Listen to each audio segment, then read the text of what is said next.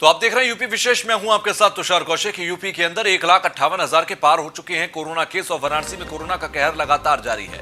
वाराणसी में आज मिले 63 पॉजिटिव मरीज और एक मरीज की कोरोना से मौत हुई है। वाराणसी के अंदर कुल मरीजों की संख्या 5,850 हो गई है। वाराणसी में अब तक 107 मरीजों की मौत हुई है। तो यूपी में 1,58,000 के पार हो गए हैं कोरोना केस और लगातार ये वाराणसी के अंदर की खास तौर से बात की जाए तो वाराणसी में बेकाबू स्थिति है। यूपी में 1,58,000 के पार हो गए कोरोना मामले। तो उत्तर प्रदेश के अंदर लगातार कोरोना के मामले बढ़ते जा रहे हैं और कोरोना के मामले बढ़ते देख यहां पर प्रशासन और सरकार के लिए मुश्किलें लगातार बढ़ती जा रही हैं। तो यूपी में 1,58,000 के पार हो गए कोरोना केस। लगातार ये संख्या बढ़ भी रही है। सरकार लगातार नियंत्रण की कोशिश भी कर रही है, लेकिन उत्तर प्रदेश के अंदर बढ़ते मामले सरकार के लिए चिंता का सबब बनते जा रहे हैं।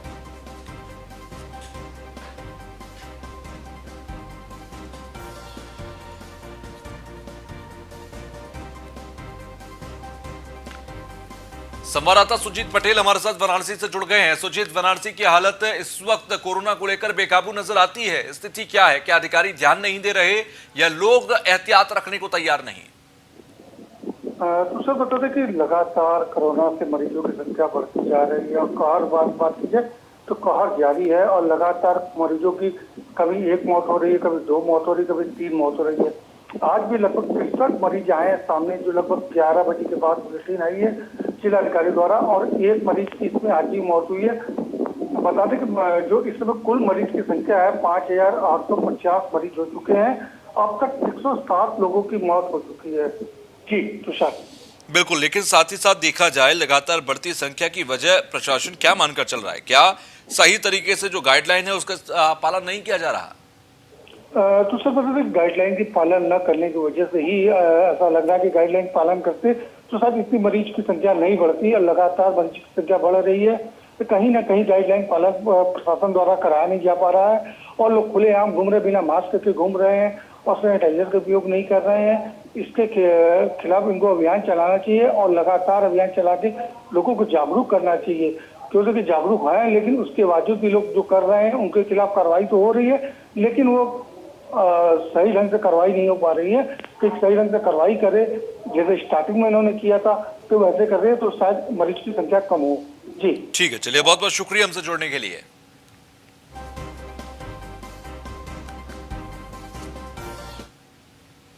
लखनऊ से खबर, जहां पर स्कूलों में फीस माफी को लेकर अधिवक्ता प्रदर्शन करेंगे। विधानसभा के बाहर प्रदर्शन करेंगे अधिवक्ता। प्रदर्शन को देखते हुए भारी पुलिस बल तैनात है। विधानसभा और हजरतगंज चौराहे पर भारी पुलिस बल तैनात है। अधिवक्ताओं के साथ अभिभावक भी प्रदर्शन में शामिल हो रहे हैं। प्रदर्शन को देखते हुए लगाई गई बैरिकेडिंग। हजरतगंज चौराहे पर सीएम आवास की ओर जाने वाली सड़क पर बैरिकेड कर दिया गया है। प्रदर्शन के जरिए मुख्यमंत्री योगी से फीस माफी की मांग करेंगे। तो प्रदर्शन को देखते हुए भारी पुलिस बल तैनात है। भारी पुलिस बल तैनात करके वहां पर बैरिकेड भी कर दिया गया है, जो कि तस्वीरों में हम आपको दिखा रहे हैं। प्रदर्शन के जरिए सरकार तक अभिभावकों की आवाज को पहुंचाने की कोशिश की जा रही है, जहां पर अधिवक्ता और अभिभावक मिलकर एक प्रदर्शन करेंगे। तो अधिवक्ताओं का ये प्रदर्शन है और इस प्रदर्शन को देखते हुए लगातार यहाँ पर पुलिस बैरिकेड की गई है। हजरतगंज चौराहे से सीएम आवास की ओर जाने वाली सड़क पर बैरिकेड कर दिया गया।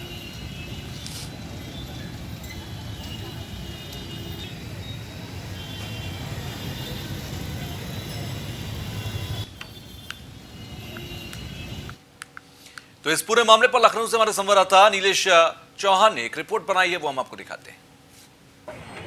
स्कूलों के द्वारा मनमाने अभिभावकों से फीस वसूली को लेकर अधिवक्ता धरने पर बैठ गए हैं। हम इस समय विधानसभा के बाहर मौजूद हैं, जहां पर बैरिकेडिंग लगाई गई है, पुलिस बल तैनात किया गया है। आप देख सकते हैं कि तमाम अधिवक्ता हैं जो यहाँ पर धरने पर कराने आए हैं। उनका कहना है कि सरकार जो है स्कूलों को ये निर्देश जारी करे, आदेश जारी करे, 40 से 50% जो है फीस कम की जाए। देखा जाता है कि स्कूल इस महामारी के समय तमाम अध्यापकों को निकाल चुका है, तमाम कर्मचारियों को निकाल चुका है। अभिभावकों से फीस वसूली जा रही है। सर, जो आपकी मांगे हैं, आप यहाँ पहुँचे हैं, क्या मांगे हैं? हमारी मांग ये कि कोविड-19 महामारी के तहत जिन लोगों ने कार्य नहीं किया, चाहे वो अधिवक्ता समाज हो, सरकारी तंत्र हो, चाहे प्राइवेट तंत्र हो, हमारी मांग नहीं है, तो आपकी मांग है। तो हमारी मांग प्रधानमंत्री ने माननीय योगी जी ने ये तो आम जनता की मांग है, माफीनामा दिया है। तो ठीक, बच्चों तो आने वाले समय माफ करने के लिए हम लोग निवेदन कर रहे हैं और माननीय योगी जी से हाथ जोड़ के योगी जी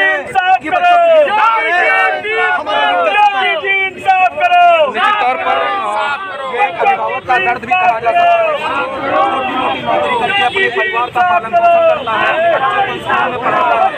ऐसे में उसके सामने एक बड़ी चुनौती है कि वो अपने बच्चों को स्कूल में पढ़ाए कैसे, खाने के लिए उनके पास पैसे नहीं है, लेकिन स्कूलों के द्वारा जो फीस उनसे वसूली जा रही है, कहीं ना कहीं उसके विरोध में आज अधिवक्ताओं ने ये प्रदर्शन शुरू किया है। उनके साथ तमाम अभिभावक भी जुड़ रहे हैं।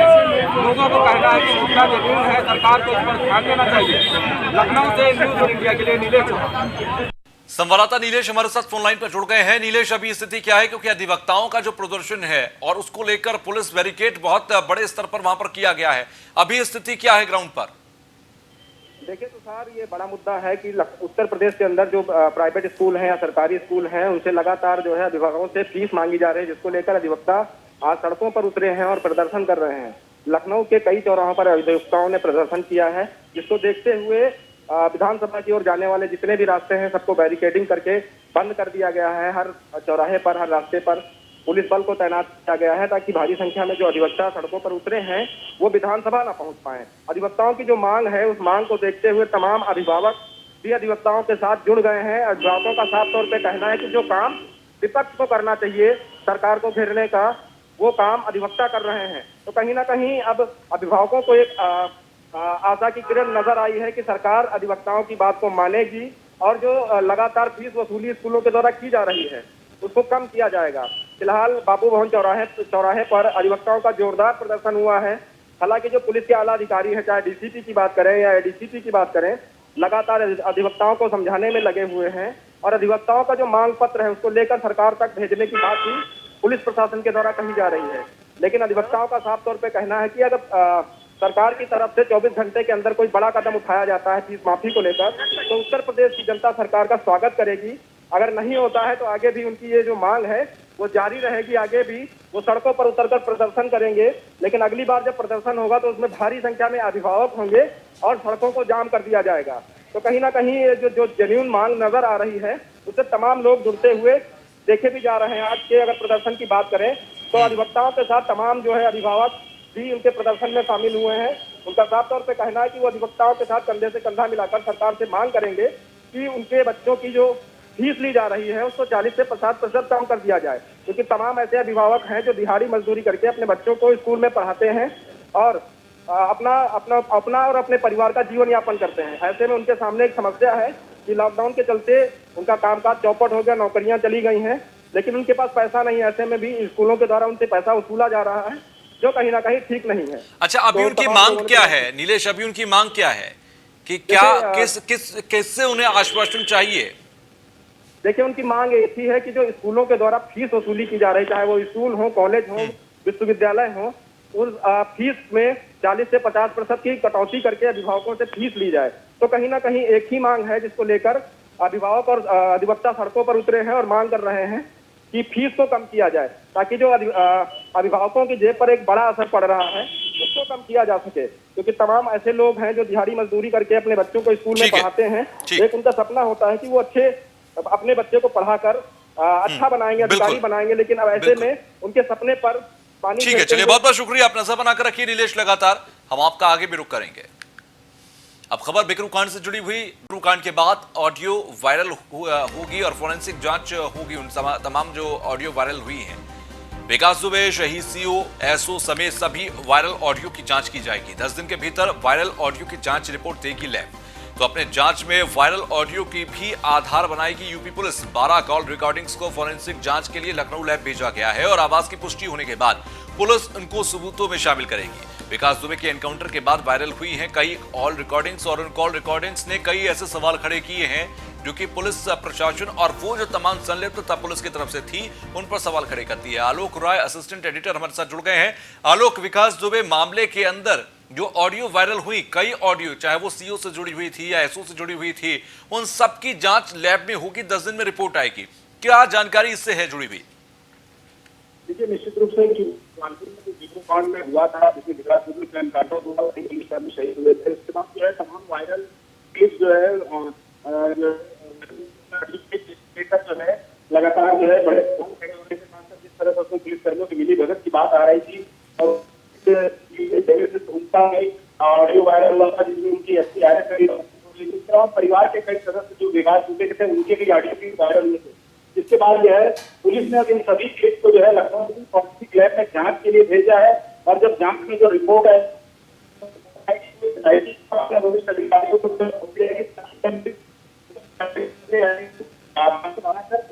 आलोक, आपकी आवाज ठीक तरीके से हम तक नहीं आ पा रही है, हम आगे भी आपका रुख करेंगे। तो विकास दुबे के एनकाउंटर के बाद वायरल हुई है कई कॉल रिकॉर्डिंग्स और ये काफी अहम सबूत बन सकता है इस पूरे मामले की तहकीकात को जब कोर्ट में पेश किया जाएगा। ब्रेक के बाद खबर संभल जिले से, जहां पर बबराला में रहने वाली 15 साल की छात्रा आंचल गोस्वामी ने आत्महत्या कर ली। आत्महत्या से पहले उसके द्वारा प्रधानमंत्री नरेंद्र मोदी के नाम 19 पेज का सुसाइड नोट लिखा मिला है।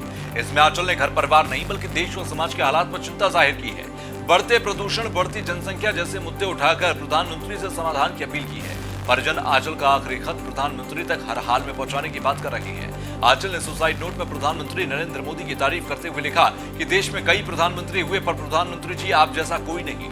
मेरे हृदय में आपके लिए अत्यधिक सम्मान है। काश मैं आप अपनी उम्र आपको दे पाती है। आप में संस्कार फूट फूट कर निवास करते हैं। आंचल ने लिखा कि प्रधानमंत्री आप जानते हैं कि चाइना भारत को खिलौने आदि सप्लाई करता है, प्लास्टिक का सामान भेजता है। वो खिलौने महीने में टूट जाते हैं और उसके कुछ दिन बाद वो कूड़ा बनकर भारत की जमीन को और जहरीला कर देते हैं। लोग सड़कों पर कूड़ा फैलाते हैं तो उन पर कार्रवाई की जाए और उन्हें डस्टबिन उपलब्ध कराए जाए। छोटी नदियों के आधा किलोमीटर और बड़ी नदियों के 1 किलोमीटर तक वृक्षों का रोपण करवाएं, इससे बहुत ज्यादा फायदा होगा। आप वाटर हार्वेस्टिंग पर जोर दीजिए। दीपावली पर पटाखों का प्रतिबंध कर दीजिए। सिर्फ फुलझड़ी का उपयोग करने दीजिए। बिजली के लाइट झालर की जगह माटी के दिए मोमबत्ती पर जोर दीजिए। आंचल ने सुसाइड नोट में ये सारी बातें लिखी हैं और लिखा कि प्रधानमंत्री जी भारत की आबादी 135 करोड़ हो चुकी है। वो दिन प्रतिदिन बढ़ती जा रही है। इससे संसाधन की पूर्ति करना असंभव हो जाएगा। इसलिए 2 से ज्यादा बच्चे होने पर सख्त से सख्त कानून बनाएं और ऐसे लोगों को जेल भेजने के साथ ही रुपया भी वसूला जाए। इससे प्रदूषण भी कम होगा सभी प्रकार का। भारत में फिर अधिक कृषि जमीन हो जाएगी और वो अनाज का एक्सपोर्ट कर पाएगा। मैं जानती हूं कि ये लंबा समय लेगा, पर अगर प्रधानमंत्री जी आपने नहीं किया तो शायद कोई नहीं करेगा। साथ ही आंचल ने लिखा कि कई बार डॉक्टर दवाओं पर अधिक पैसे लेते हैं। ऐसे डॉक्टर्स पर कार्रवाई होनी चाहिए। आम आदमी या मरीज का उत्पीड़न होता है। आंचल गोस्वामी ने लिखा कि मुझे ये दुनिया पसंद नहीं है क्योंकि यहाँ पर लोग झगड़ा करते हैं, माँ बाप को वृद्ध आश्रम में भेज देते हैं, उनके साथ गाली गलौज कर मारपीट करते हैं, लोग पेड़ पौधे अपने हितों के लिए काटते हैं। साथ ही आंचल ने लिखा कि मेरी आत्महत्या के लिए कोई जिम्मेदार नहीं है। तो सभी के दिलों को झकझोर देने वाली ये घटना संभल से सामने आई। संभल के बबराला की रहने वाली 15 साल की आंचल गोस्वामी ने सुसाइड नोट लिखकर आत्महत्या कर ली।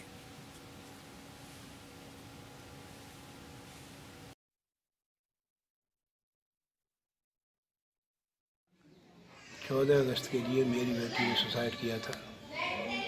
सुसाइड करने के बाद आत्मदाह संस्कार करने के बाद उसके किताबों में एक सुसाइड नोट मिला जो कि माननीय प्रधानमंत्री मोदी जी को लिखा था। उसमें लिखा था, माननीय प्रधानमंत्री जी, इस समाज से मुझे घृणा है। यहाँ बुजुर्ग माँ बाप के लिए वृद्ध अवस्था और वृद्ध आश्रम को भेज देते हैं और मारपीट करते हैं। ये मुझे कुछ अच्छा नहीं लगता है। माननीय प्रधानमंत्री जी, जितने इस देश में प्रधानमंत्री हुए उनसे मुझे सुसाइड नोट में लिखा हुआ, मुझे उससे आप पहले में प्रधानमंत्री ऐसे दिखाई दिए जो जैसे कि आप पहला सूर्य निकले हो। माननीय प्रधानमंत्री जी, मेरी आपसे सुसाइड नोट में लिखा था, मेरी आपसे बहुत हार्दिक मिलने की इच्छा और बातचीत करने की है, परंतु मैं कारणवश समझती हूँ आप मेरे लिए क्या टाइम दे पाएंगे। आप अपने लिए भी टाइम नहीं देते, अपने लिए भी टाइम नहीं देते। माननीय प्रधानमंत्री जी, यदि काश मेरी दिल की सुनी जाए तो मैं आपके लिए अपना जीवन दान दे सकती, परंतु मेरे बस की बात ये नहीं है जो कि मैं जीवन दान दे सकूं। माननीय प्रधानमंत्री जी, जैसे कि मेरी एक हार्दिक इच्छा है कि वृक्षारोपण जो कराते हैं उनके लिए फल वृक्ष होने चाहिए। स्कूल डॉक्टरों जो पैसा ज़्यादा लेते हैं उनके लिए विज्ञापन लगवा देना चाहिए।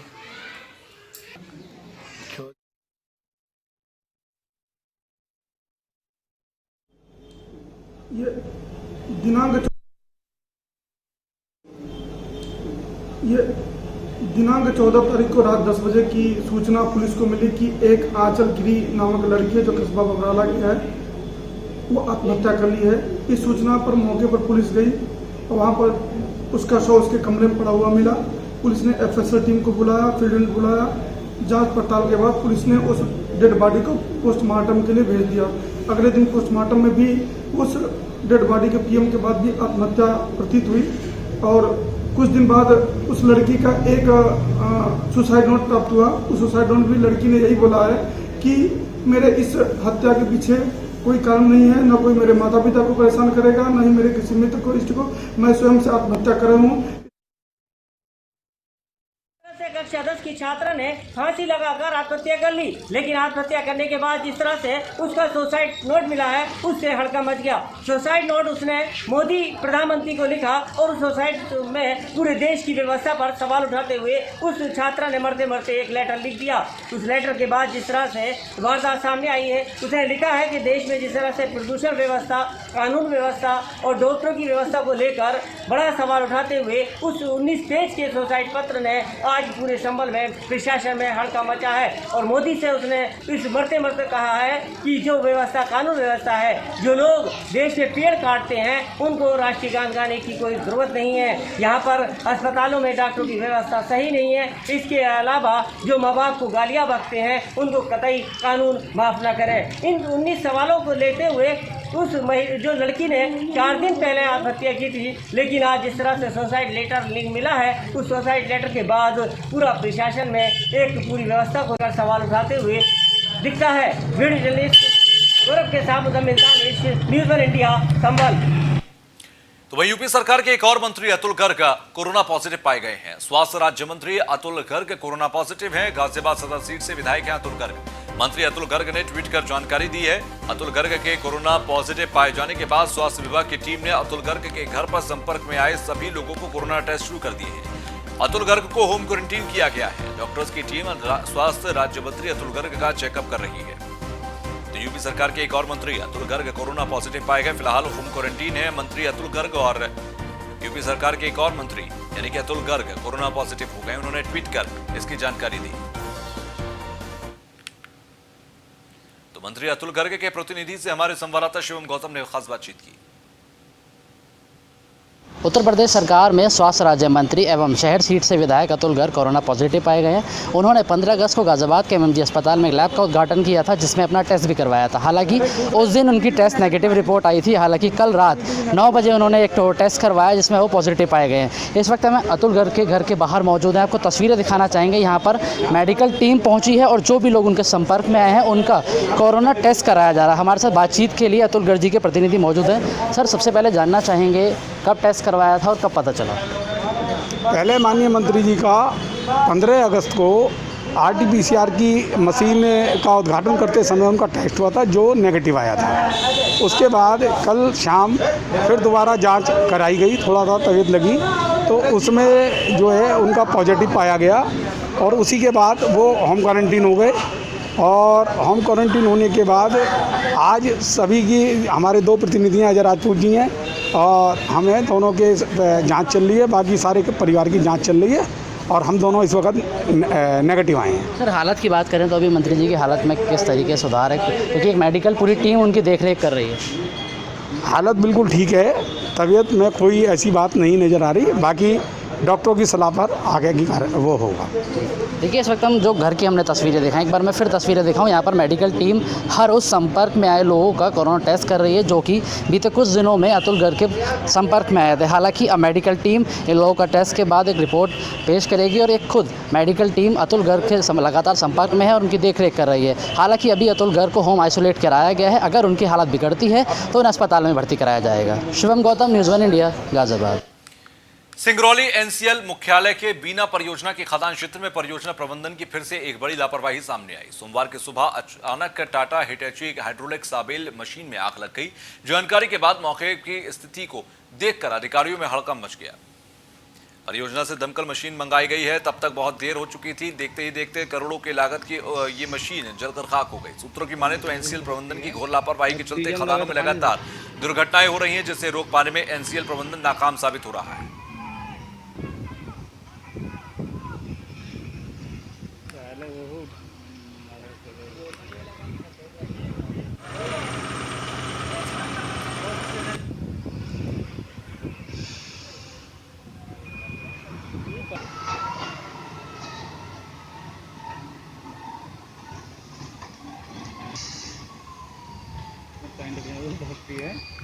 डीजल लगा तो पानी